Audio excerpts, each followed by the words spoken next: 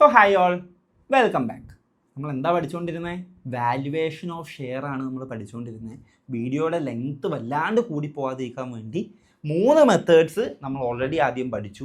Zero growth model ആണെങ്കിൽ, അതായത് dividend എല്ലാ വർഷവും ഫിക്സ്ഡ് ആണെങ്കിൽ എങ്ങനെ കാൽക്കുലേറ്റ് ചെയ്യാമെന്ന് പഠിച്ചു. ഒരു ഗ്രോത്ത് വരുന്നുണ്ടെങ്കിൽ എങ്ങനെ കാൽക്കുലേറ്റ് ചെയ്യാമെന്ന് നമ്മൾ പഠിച്ചു. അത് കഴിഞ്ഞ് നമ്മൾ എന്ത് പഠിച്ചു? ഡിവിഡൻഡ് മാത്രമല്ല, നമ്മൾ ആ ഷെയർസ് സെല്ല് ചെയ്യുകയാണെങ്കിൽ ആ സെല്ലിംഗ് പ്രൈസും കൂടെ കൂട്ടി എങ്ങനെ കാൽക്കുലേറ്റ് ചെയ്യാമെന്ന് നമ്മൾ പഠിച്ചു.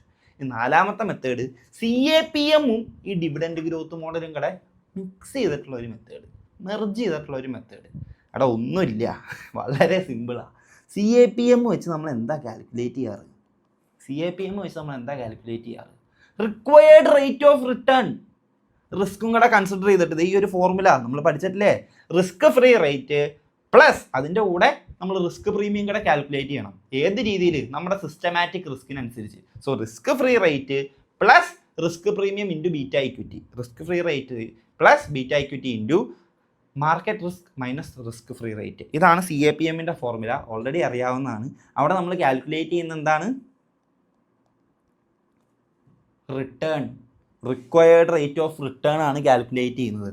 സോ ഇൻ കേസ് വാല്യുവേഷൻ്റെ ടൈമിൽ നമുക്ക് വേണ്ട ആറ് നമ്മൾ എങ്ങനെ കാൽക്കുലേറ്റ് ചെയ്യാറ്? D0/R അല്ലെങ്കിൽ D1/R, ഇങ്ങനെയല്ലേ കാൽക്കുലേറ്റ് ചെയ്യാറ്. ഈ ആറ് നമുക്ക് തന്നിട്ടില്ലെങ്കിൽ CAPM മോഡൽ ഉപയോഗിച്ച് നമുക്ക് ഈ ആറ് കാൽക്കുലേറ്റ് ചെയ്യാം. അത് കഴിഞ്ഞിട്ട് സാധാ പോലെ D0/R ചെയ്യുക അല്ലെങ്കിൽ D1/R ചെയ്യുക. മനസ്സിലായോ? സോ അതേ വരുന്നുള്ളൂ, രണ്ടിൻ്റെയും കൂടെ ഒരു മിക്സാണ്.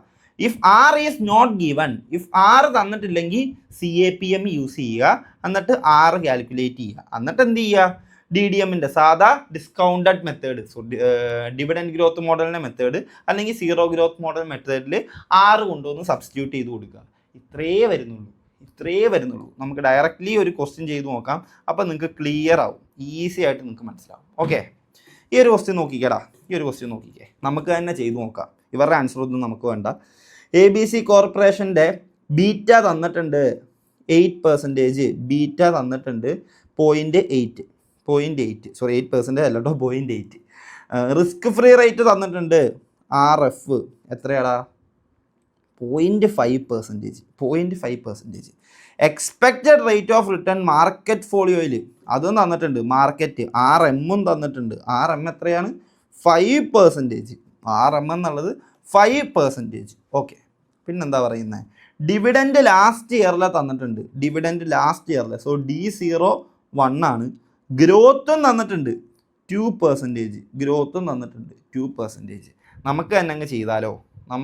ചെയ്തു നോക്കാം. ഓക്കെ, നമുക്ക് CAPM വെച്ച് ആദ്യം 6 കണ്ടുപിടിക്കാം. എവിടെയാടാ? കുറച്ച് ഫ്രീ സ്പേസ് തപ്പട്ടെ. ഓക്കെ, CAPM വെച്ച് നമുക്ക് 6 കണ്ടുപിടിക്കാം. 6 കണ്ടുപിടിക്കാം. 6 എന്ന് പറയുന്നത് എങ്ങനെയായിരിക്കും? RF plus beta equity into RM minus RF. ഇതിലെല്ലാം നമുക്ക് കിട്ടിയില്ലേ? റിസ്ക് ഫ്രീ റേറ്റ് എന്ന് പറയുന്നത് എത്രയായിരുന്നു? റിസ്ക് ഫ്രീ റേറ്റ് നമ്മൾ എഴുതിയിട്ടുണ്ടല്ലോ, 0.5% plus beta equity 0.8 into 5% minus 0.5%. So എടുത്തെഴുതിയാൽ 0.5 ഇൻറ്റു 0.8 0.5 പ്ലസ് 0.8 ഇൻറ്റു 4.5%. സോ നമുക്ക് എത്ര കിട്ടിയടാ? 4.5%. എവിടെ 0.8 ഇൻറ്റു 4.5% എന്ന് കിട്ടി. സോ 0.5 പ്ലസ് 0.036 എത്ര കിട്ടി? പ്ലസ് 0.536. എന്തോ ഒരു പ്രശ്നം ഉണ്ടല്ലോ. ഞാൻ കാൽക്കുലേറ്റ് ചെയ്തതിൽ എവിടെയോ ഒരു മിസ്റ്റേക്ക് വന്നിട്ടുണ്ടേ. ഒയ്യോ എന്താണെന്നറിയോ? 0.036 പ്ലസ് 0.005. ഇപ്പം കറക്റ്റായി. ഞാൻ ഈ 0.5 എന്നുള്ളത് 0.5% ആണ്. 0.5% നമുക്ക് എങ്ങനെ എഴുതാം? 0.005 എന്ന് എഴുതാം. കളറൊന്ന് മാറ്റട്ടെ. 0.005 എന്ന് എഴുതാം. 0.005 പ്ലസ് 0.036. ഇപ്പോൾ എത്ര കിട്ടി? 0.041. ഇതാണ് നമ്മുടെ എന്ത് R എന്നുള്ളത്. R നമ്മൾ കാൽക്കുലേറ്റ് ചെയ്തു 0.041. ഓക്കെ അല്ലേ? 0.041. ഇനി സാധാ ഡിവിഡൻഡ് ഗ്രോത്ത് മോഡലിലേക്ക് നമുക്ക് അപ്ലൈ ചെയ്യാം. അതായത് D1 മൈനസ് R1G. D1 എങ്ങനെ കണ്ടുപിടിക്കാം? D0 plus growth. D0 എത്രയായിരുന്നു? 1 ആയിരുന്നു. പ്ലസ് ഗ്രോത്ത് എത്രയാടാ? 2% ഡിവൈഡഡ് ബൈ R-G കൂടെ ചെയ്യണം. R എത്രയാണ്? 0.041 മൈനസ് 2% എന്ന് പറയുമ്പോൾ 0.02. സോ നമുക്ക് സോൾവ് ചെയ്ത് നോക്കാം. 1 പ്ലസ് 2% 1.02 ഡിവൈഡഡ് ബൈ 0.041 മൈനസ് 0.02, അതായത് 0.021 എന്ന് കിട്ടും. കാരണം നിങ്ങളും എൻ്റെ കൂടെ ചെയ്തു നോക്കണേ. ക്വസ്റ്റ്യൻ നമ്മൾ തന്നിട്ടുണ്ട്, ആവശ്യമുള്ള ഫിഗേഴ്സ് നമ്മൾ എഴുതിയിട്ടുണ്ട്. ബീറ്റ ഇക്വിറ്റി 0.8 ആണ്, RF 0.5%, RM 5%. ഡിവിഡൻഡ് തന്നിട്ടുണ്ട്, ഇപ്പോൾ 1 ആണ്, ഗ്രോത്ത് 2% ആണ്. സോ നിങ്ങൾ ഈ കൂടെ തന്നെ ചെയ്യുക. നമ്മൾ CAPMൻ്റെ ഫോർമുല അപ്ലൈ ചെയ്തു. 0.5% കൂടെ 0.8 ഇൻറ്റു റിസ്ക് പ്രീമിയം ചെയ്തു. നമുക്ക് 0.041 എന്നുള്ള R കിട്ടി. ഇനി നമുക്ക് ഡയറക്റ്റ് ഡിവിഡൻഡ് ഗ്രോത്ത് മോഡലിലേക്ക് ആഡ് ചെയ്യാം. സോ D0 പ്ലസ് G ചെയ്തപ്പോൾ 1.02 എന്ന് കിട്ടി. 1.02 എന്ന് കിട്ടി. R-G ചെയ്തപ്പോൾ 0.021 കിട്ടി. സോ ഫൈനൽ ആൻസർ എടുത്ത് എഴുതാം. 1.02 ഡിവൈഡഡ് ബൈ 0.021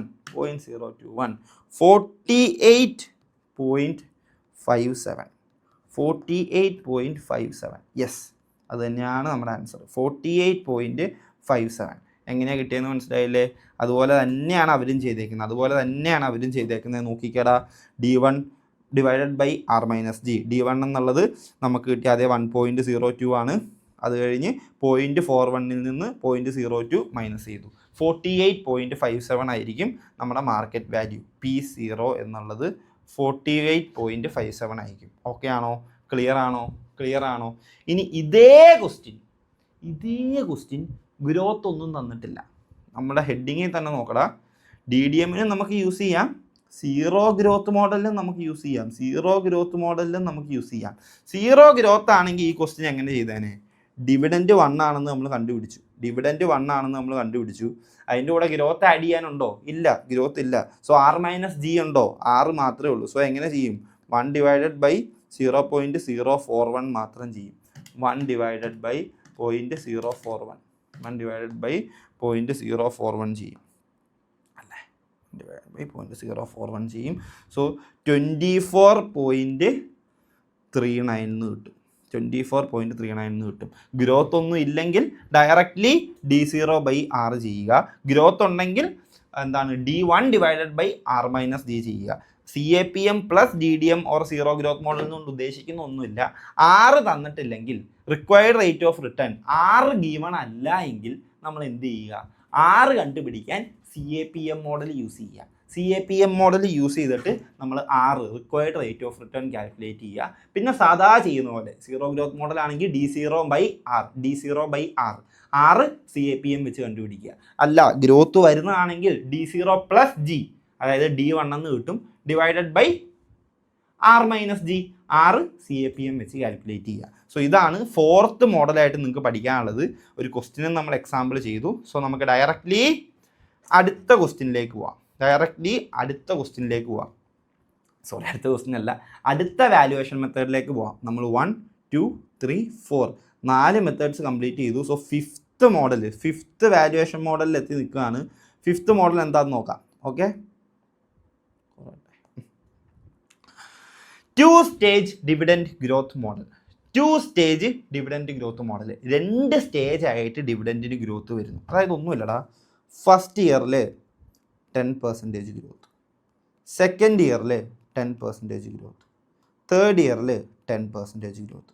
ഇത് പറയാണ് ആദ്യത്തെ 3 വർഷം 10% വെച്ച് ഡിവിഡൻഡിന് ഗ്രോത്ത് തരാം. 100, 110 ആവാം, 121 ആവാം. അത് കഴിഞ്ഞിട്ട് ഓരോ വർഷവും എന്ത് സംഭവിക്കും? 4th, 5th പിന്നെ ഫുൾ ടൈമിലേക്ക് എങ്ങനെയായിരിക്കും പോവുക? ഒരു 5% ഗ്രോത്തേ ഉണ്ടാവുള്ളൂ. 5% ഗ്രോത്തേ ഉണ്ടാവുള്ളൂ. സോ ഇതിനെ നമുക്ക് എങ്ങനെ കണ്ടുപിടിക്കാം? എങ്ങനെ കണ്ടുപിടിക്കാം? അതാണ് 2 സ്റ്റേജ് ഡിവിഡൻഡ് മോഡൽ കൊണ്ട് ഉദ്ദേശിക്കുന്നത്. ആദ്യത്തെ ഒരു ഫിക്സഡ് പീരീഡിലേക്ക് കുറച്ച് കൂടുതൽ ഗ്രോത്ത് ഉണ്ടാവും. അത് കഴിഞ്ഞിട്ടുള്ള വർഷങ്ങളിൽ ഫുള്ള് കോൺസ്റ്റൻറ്റ് ഗ്രോത്ത് ആയിരിക്കും. കണ്ടോ, high growth four A period, then normal growth. Step എന്ന് പറഞ്ഞാൽ ആദ്യം present value of high growth dividend കണ്ടുപിടിക്കുക. ഇത് കുറച്ച് ബുദ്ധിമുട്ടുള്ളതാണ്. ബുദ്ധിമുട്ടല്ല, കുറച്ച് ചെയ്യാനുണ്ട്, കുറച്ചധികം സ്റ്റെപ്സ് ചെയ്യാനുണ്ട്. സോ ആദ്യത്തെ ചെയ്യേണ്ടത്, ആദ്യത്തെ ഈ 3 വർഷം സെയിം ഗ്രോത്ത് അല്ലേ വരുന്നത്? സെയിം ഗ്രോത്ത് അല്ലേ? 100, 110, 120, 10%. അതിൻ്റെ പ്രസൻറ്റ് വാല്യൂ ആദ്യം കാൽക്കുലേറ്റ് ചെയ്യുക. അത് കഴിഞ്ഞിട്ട് എന്ത് ചെയ്യുക? അത് കഴിഞ്ഞുള്ള വർഷങ്ങളിൽ 5% ഗ്രോത്ത് വരുന്ന ഡിവിഡൻസ് ഉണ്ടാവും. അതിൻ്റെ പ്രസൻറ്റ് വാല്യൂ രണ്ടാമത് കാൽക്കുലേറ്റ് ചെയ്യുക. ഈ 2 പ്രസൻറ്റ് വാല്യൂയും കൂടെ ആഡ് ചെയ്താൽ നമുക്ക് മാർക്കറ്റ് വാല്യൂ കിട്ടും. കണ്ടോ, ഇതാണ് ചെയ്യേണ്ടത്. 2 ഡിവിഡൻഡാണ് വരുന്നതെങ്കിൽ ആദ്യത്തെ ഗ്രോത്ത് വരെയുള്ളത് 10% ഗ്രോത്ത് വരെയുള്ളതിൻ്റെ പ്രസൻറ്റ് വാല്യൂ കണ്ടുപിടിക്കുക. അത് കഴിഞ്ഞിട്ട് ഗ്രോത്ത് വരുന്നതിൻ്റെ പ്രസൻറ്റ് വാല്യൂ സെപ്പറേറ്റ് കണ്ടുപിടിക്കുക. അത് രണ്ടും കൂടെ ആഡ് ചെയ്താൽ എന്ത് കിട്ടും? മാർക്കറ്റ് വാല്യൂ കിട്ടും. സോ ഇങ്ങനെ പറയുന്നതിലും ബെറ്റർ നമുക്കൊരു ക്വസ്റ്റ്യൻ തന്നെ ചെയ്തു നോക്കാം. കണ്ടോ, ഇത്രയും വലിയ ക്വസ്റ്റ്യനാണ്, സൈസ് തന്നെ ഉണ്ട്, ഇത്രയും വലിയ ക്വസ്റ്റ്യനാണ്. നമുക്കത് ജസ്റ്റ് ഒന്ന് ചെയ്തു നോക്കാം. അത് വെച്ച് നമുക്ക് പഠിക്കാം. ഓക്കെ, ആദ്യം ക്വസ്റ്റ്യൻ ഒന്ന് വായിച്ച് മനസ്സിലാക്കാം. First thing to do, question വായിച്ച് നമുക്കൊന്ന് ഫെമിലിയർ ആവാം. ഓക്കെ, ഫാസ്റ്റ് ഗ്രോത്ത് എന്ന് പറയുന്ന ഒരു കമ്പനിയാണ്. അവിടെ എന്താ, ഗ്രോയിങ് ആണ് ആ ഇൻഡസ്ട്രി. സോ ഡിവിഡൻറ്റും എന്തായിരിക്കും? ഗ്രോയിങ് ആയിരിക്കും. കമ്പനി ഗ്രോയിങ് ആകുമ്പോൾ ഡിവിഡൻറ്റും ഗ്രോയിങ് ആയിരിക്കും. ആനുവൽ റേറ്റ് എന്ന് പറയുന്നത് 20% GET 20% ആണ് ഗ്രോത്ത്. 20% ആണ് ഗ്രോത്ത്. എപ്പോഴും ക്വസ്റ്റ്യൻ വായിക്കുമ്പോൾ ഇങ്ങനെ കിട്ടുന്ന കാര്യങ്ങൾ പിക്ക് ചെയ്ത് എഴുതി വെക്കുക. Okay, this growth is expected to continue for 3 years. 3 വർഷത്തേക്കാണ് ഈ ഗ്രോത്ത് ഉള്ളൂ, 3 ഇയേഴ്സിലേക്ക്. അത് കഴിഞ്ഞാലോ, after which the growth is expected to slow down. അത് കഴിയുമ്പോൾ ഒന്ന് സ്ലോ ആവും. പിന്നെ കിട്ടുന്ന ഗ്രോത്ത് 7% ആയിരിക്കും. അത് കഴിഞ്ഞിട്ടുള്ള ഫസ്റ്റ് 3 ഇയേഴ്സിൽ 20%, അത് കഴിഞ്ഞ് 7% ആയിരിക്കും വരിക. 6 തന്നിട്ടുണ്ട്, 14%. Next annual dividend is expected to be $1. D0 തന്നിട്ടുണ്ട് 1. നമുക്ക് വേണ്ട എല്ലാം കിട്ടിയില്ലടാ. D0 തന്നിട്ടുണ്ട് $1 ആണ്. 6 തന്നിട്ടുണ്ട്, CAPM ഒന്നും യൂസ് ചെയ്യേണ്ട, ഡയറക്റ്റ്ലി ഗിവൺ ആണ് 14%. 2 ഗ്രോത്ത് പെർസെൻറ്റേജും തന്നിട്ടുണ്ട്. 2 ഗ്രോത്തിൻ്റെ പെർസെൻറ്റേജും നമുക്ക് തന്നിട്ടുണ്ട്. എത്രയാണ്? 20% ആദ്യത്തെ 3 വർഷത്തേക്ക്, പിന്നെ 7%. സോ നമുക്ക് സെപ്പറേറ്റ് നമുക്ക് താഴെ പോയി ഒന്ന് എഴുതി ഉണ്ടാക്കാം. ഇത് കുറച്ച് ചെയ്യാനുണ്ടേ. ആദ്യത്തെ വർഷത്തെ ഫസ്റ്റ് ഇയറിലെ ഡിവിഡൻഡ് എത്രയാടാ? 1 തന്നെയായിരിക്കും. സെക്കൻഡ് ഇയറിലെ ഡിവിഡൻഡ് എത്രയാടാ?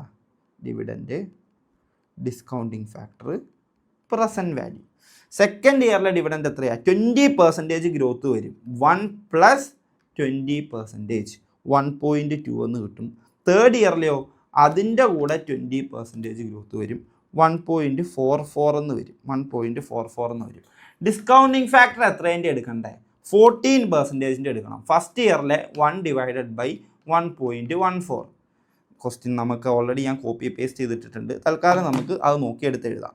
ഓക്കെ, നമുക്ക് ടൈം വീഡിയോയിൽ നമുക്ക് കാൽക്കുലേറ്റ് ചെയ്ത് പോകാൻ ടൈം ഇല്ലാത്തതുകൊണ്ട് അത് നമുക്ക് വേണമെങ്കിൽ എടുത്ത് എഴുതി പോവാം. ഓക്കെ, ഇത് കണ്ടോ, 0.877, 0.6 എന്താ പറയുക 769, 0.675. സോ നമുക്ക് അതെടുത്ത് എഴുതാം. 1/1.14 ചെയ്ത് വെച്ചിട്ടുണ്ട്.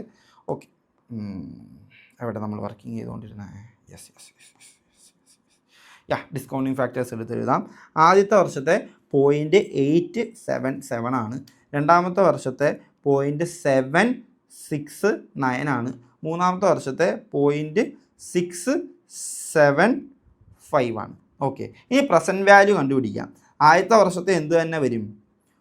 1 × 0.877 എന്ത് തന്നെ വരൂടാ? 0.877 തന്നെ വരും. രണ്ടാമത്തെ വർഷത്തെയോ 1.2 × 0.769 എത്ര കിട്ടി? 0.9228. അടുത്ത വർഷത്തെ 1.44 × 0.675 എത്ര കിട്ടി? 0.972. ഇതെല്ലാം കൂടെ ഒന്ന് ആഡ് ചെയ്തേ.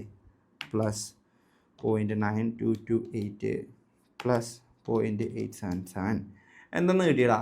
2.675 2.771 എന്ന് കിട്ടിയിട്ടുണ്ടാവും. 2.711 കിട്ടിയിട്ടുണ്ടാവും. ഇതെല്ലാവർക്കും കിട്ടിയിട്ടില്ലേ? എല്ലാവർക്കും കിട്ടിയിട്ടില്ലേ? ആദ്യത്തെ 3 വർഷത്തെ ക്യാഷ് ഫ്ലോസിൻ്റെ പ്രസൻറ്റ് വാല്യൂ കണ്ടുപിടിച്ചതാണ്. ആദ്യത്തെ വർഷം 1, രണ്ടാമത്തെ വർഷം 1.2, മൂന്നാമത്തെ വർഷം 1.44. അതെങ്ങനെയാണ് കാൽക്കുലേറ്റ് ചെയ്യുന്നത്? 20% ഗ്രോത്ത് ആഡ് ചെയ്തു. പിന്നെ ഡിസ്കൗണ്ടിങ് ഫാക്ടർ അറ്റ് 14% എടുത്ത് പ്രസൻറ്റ് വാല്യൂ കണ്ടുപിടിച്ചു. അത് തന്നെയായിരിക്കും ഇവിടെയും ചെയ്തേക്കുന്നത്. നോക്കിക്കേ, കണ്ടോ? ആദ്യത്തെ വർഷത്തെ ഡിവിഡൻറ്റ് $1, രണ്ടാമത്തെ വർഷത്തെ 1.2, മൂന്നാമത്തെ വർഷത്തെ 1.44. പിന്നെ നോക്കിക്കേ, പ്രസൻറ്റ് വാല്യൂസ് എടുത്ത് എഴുതി മൾട്ടിപ്ലൈ ചെയ്തു. 2.77 എന്നുള്ള പ്രസൻറ്റ് വാല്യൂ കിട്ടി. അപ്പോൾ ആദ്യത്തെ 3 വർഷത്തെ കിട്ടി. ഇനി എന്താ വേണ്ടേ? ഇനി നോർമൽ രീതിയിൽ നമുക്ക് ചെയ്യാം. സാധാരണ രീതിയിൽ നമ്മൾ എങ്ങനെയാണ് കണ്ടുപിടിക്കാറ്? സാധാരണ രീതിയിൽ ഗ്രോത്ത് വരുമ്പോൾ എന്താണ് ഫോർമുല പറഞ്ഞേ? D1 അതായത് D0 പ്ലസ് G, അതേ divided by R minus G അല്ലേ ചെയ്യാറ്? നമുക്ക് അതേ രീതിയിൽ ചെയ്തു നോക്കാം. വാ, എവിടെ D1 കണ്ടുപിടിക്കാം. നമ്മളിപ്പോൾ വർക്കിങ്സിന് കുറച്ച് സ്ഥലം ഇടണമായിരുന്നു. First year, second year, third year കഴിഞ്ഞു. 1 തന്നെ കിട്ടി, 1.2 കിട്ടി, 1.44 കിട്ടി. ഇനി അടുത്ത വർഷങ്ങളിൽ 4, 5, 6 ഈ വർഷങ്ങളിലൊക്കെ എത്ര ശതമാനമാണ് ഗ്രോത്ത്? 7% ഇല്ലടാ, 7% അല്ലേ ക്വസ്റ്റ്യനിൽ പറഞ്ഞിരുന്നത്? യെസ്, 7% ആണ് ഗ്രോത്ത്. നമുക്കപ്പോൾ ഈ 4th ഇയറിനെ എന്തായിട്ട് കൺസിഡർ ചെയ്യാം? ഫസ്റ്റ് ഇയർ ആയിട്ട്, നെക്സ്റ്റ് ഇയർ ആയിട്ട് കൺസിഡർ ചെയ്യാം. കാരണം ഇനിയുള്ളത് ഫുള്ള് കോൺസ്റ്റൻറ്റ് ഗ്രോത്ത് ആണല്ലോ. നമ്മളൊരു ഫ്രഷ് സ്റ്റാർട്ട് പോലെ എടുക്കണ്ടേ. സോ 4th ഇയറിലെ ഡിവിഡൻഡ് എന്ന് പറയുന്നതിന് നമുക്ക് എന്തായിട്ട് എടുക്കാം? D1 ആയിട്ട് നമുക്ക് കൺസിഡർ ചെയ്യാം. സോ 1.44 ആണ് പ്രീവിയസ് ഇയറിലെ. അതിൻ്റെ കൂടെ എന്തുകൂടി ആഡ് ചെയ്യണം? 7% കൂടി ആഡ് ചെയ്യണം. 7%. ഇനി 7% അല്ലേ ഗ്രോത്ത്? 7% അല്ലേ ഗ്രോത്ത്? സോ 1.54 കിട്ടി. സോ D1 നമുക്ക് കിട്ടി. Divided by R minus D ആണ് ചെയ്യേണ്ടത്. D1 നമ്മൾ ഓൾറെഡി കാൽക്കുലേറ്റ് ചെയ്ത് വെച്ചു. D1 എത്രയാണ്? 1.54. R എത്രയാ? റിക്വയർഡ് റേറ്റ് ഓഫ് റിട്ടേൺ എത്രയാ? 14%. സോ 14% മൈനസ് ഇപ്പോഴത്തെ ഗ്രോത്ത് എത്രയാ? 7%. സോ എങ്ങനെ ചെയ്യാം? എവിടെ എഴുതും? ഇവിടെ എഴുതാം. 1.54 D1 divided by R 14% minus growth 7% എന്ന് തന്നെ എഴുതാം. 1.54 ഡിവൈഡഡ് ബൈ 7%. 22 എന്ന് കിട്ടി. അത് തന്നെയല്ലേടാ ഇവിടെ? അതെ, $22 കിട്ടി. സോ ഇപ്പോൾ സംഭവിച്ചിരിക്കുന്നത് എന്താണെന്ന് വെച്ചാൽ, ഈ $22 എവിടെ നിന്നുള്ള വാല്യൂ ആടാ? ഈ ടൈം ലൈൻ നിങ്ങൾക്ക് കൺഫ്യൂസിങ് ആവുന്നുണ്ടോ? താഴെ വേണമെങ്കിൽ വൃത്തിക്ക് എടുത്ത് എഴുതാല്ലേ, അതായിരിക്കും നല്ലത്. യെസ്, നമുക്കിവിടെ എഴുതാം. വളരെ ശ്രദ്ധിച്ച് നോക്കണേ, വളരെ ശ്രദ്ധിച്ച് മനസ്സിലാക്കണേ. First year, second year, third year ഇവിടെ വെച്ച് കഴിഞ്ഞു. ഇനി അങ്ങോട്ട് 4th, 5th, 6th ഇങ്ങനെ പൊക്കോണ്ടിരിക്കുന്നു. ഈ 3 വർഷങ്ങളിലെ ഗ്രോത്ത് 20%, ഇത് കഴിഞ്ഞങ്ങോട്ട് 7%. ഒന്നോടെ പറയുകയാണ്, ഇതാണ് കുറച്ചെങ്കിലും ബുദ്ധിമുട്ടുള്ളത്. സോ ഇതൊന്ന് ടൈം എടുത്ത് തന്നെ നമുക്ക് ചെയ്യാം, ടൈം എടുത്ത് മനസ്സിലാക്കുക. ഫസ്റ്റ് ഇയറിലെ ഡിവിഡൻറ്റ് നമ്മൾ കാൽക്കുലേറ്റ് ചെയ്ത് വെച്ചു. ഫസ്റ്റ് ഇയറിലെ ഡിവിഡൻറ്റ് 1, സെക്കൻഡ് ഇയറിലെ 1.2, തേർഡ് ഇയറിലെ 1.44. ഇനി 4th ഇയറിലെ നമുക്ക് കാൽക്കുലേറ്റ് ചെയ്യണം. തേർഡ് ഇയറിൻ്റെ കൂടെ 7% ഗ്രോത്ത് ആയിരിക്കും വരിക.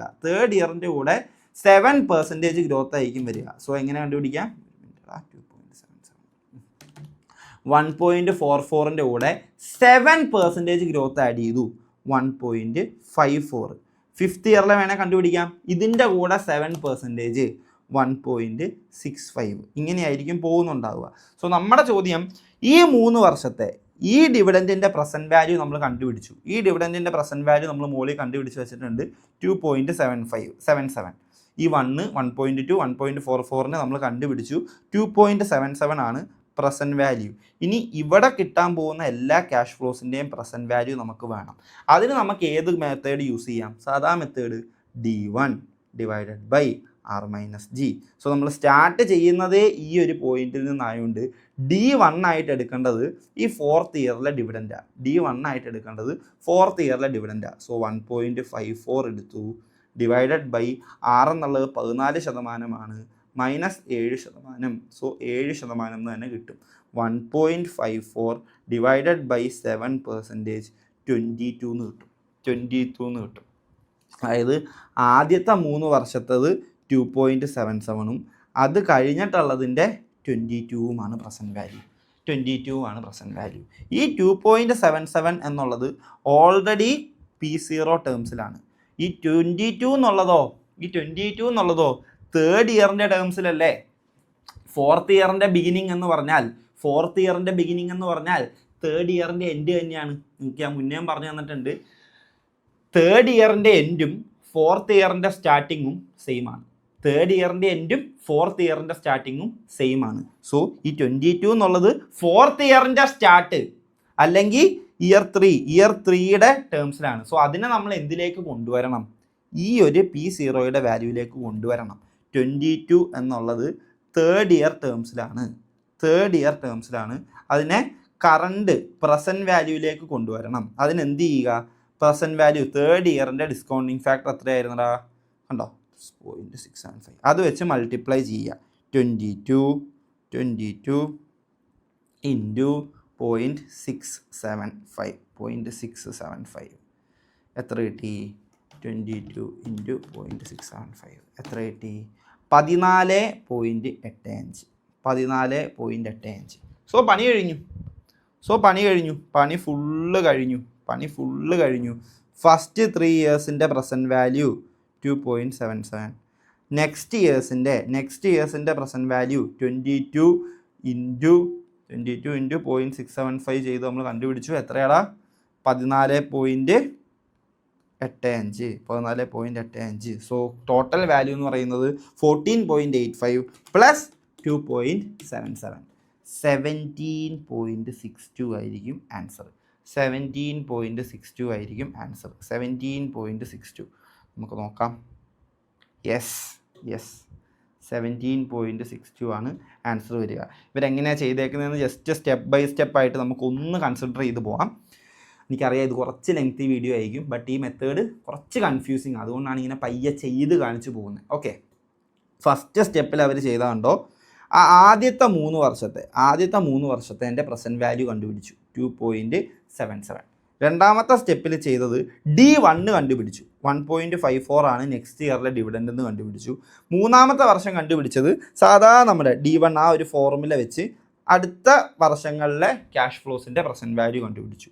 പിന്നെ നമ്മൾ അടുത്ത സ്റ്റെപ്പിൽ 4th സ്റ്റെപ്പിൽ നമ്മൾ ചെയ്തത് എന്താ? ആ 22 എന്നുള്ളതിനെ ഇന്നത്തെ പ്രസൻറ്റ് വാല്യൂവിലേക്ക് എത്തിച്ചു. സോ ടോട്ടൽ വാല്യൂ എന്നുള്ളത് ഫസ്റ്റ് 3 ഇയേഴ്സിലെ 2.77ഉം പിന്നെയുള്ള ഇയേഴ്സിലെ 14.85ഉം കൂടെ കൂട്ടി 17.62 ആണ് ഈ ഒരു ഇൻസ്ട്രുമെൻറ്റിൻ്റെ ഇന്നത്തെ പ്രസൻറ്റ് വാല്യൂ എന്ന് പറയുന്നത്. ഏത് ഇൻസ്ട്രുമെൻറ്റിൻ്റെ? 14% റിക്വയർഡ് റേറ്റും 7% ഗ്രോത്തും ഇനീഷ്യൽ 3 ഇയേഴ്സിൽ 20% ഗ്രോത്തും പിന്നെയുള്ള വർഷങ്ങളിൽ 7% ഗ്രോത്തും വരുന്ന ഒരു കമ്പനിക്ക് ഇതായിരിക്കും അവരുടെ പ്രസൻറ്റ് വാല്യൂ, ഇതായിരിക്കും അവരുടെ മാർക്കറ്റ് വാല്യൂ എന്നുള്ളത് 17.62. സോ ഈ വീഡിയോയിൽ ഇത്രയും മതി. നമ്മൾ ഈ വീഡിയോയിൽ 2 മെത്തേഡ്സ് ആണ് പഠിച്ചത്. 2 മെത്തേഡ്സ് പഠിച്ചു. CAPM എങ്ങനെ DDM അല്ലെങ്കിൽ സീറോ ഗ്രോത്ത് മോഡലിൽ അപ്ലൈ ചെയ്യാമെന്ന് പഠിച്ചു. അതിൻ്റെ കൂടെ 2 സ്റ്റേജ് ആയിട്ടാണ് ഡിവിഡൻഡ് വരുന്നതെങ്കിൽ ആദ്യത്തെ ഇയേഴ്സിൽ ഇത്രയും, അത് കഴിഞ്ഞിട്ട് ഇത്രയും, അങ്ങനെ 2 ഇയേഴ്സിലായിട്ടാണ് വരുന്നതെങ്കിൽ എങ്ങനെ ചെയ്യണം എന്നുള്ള മെത്തേഡും 2 മെത്തേഡ്സോടെ പഠിച്ചു. ഇനിയും 2 വാല്യുവേഷൻ മെത്തേഡ്സും കൂടെ പഠിക്കാനുണ്ട്. സോ അതിനു വേണ്ടി ബ്രേക്ക് എടുക്കാതെ തന്നെ നെക്സ്റ്റ് വീഡിയോയിലേക്ക് വിട്ടു. Okay, good luck all.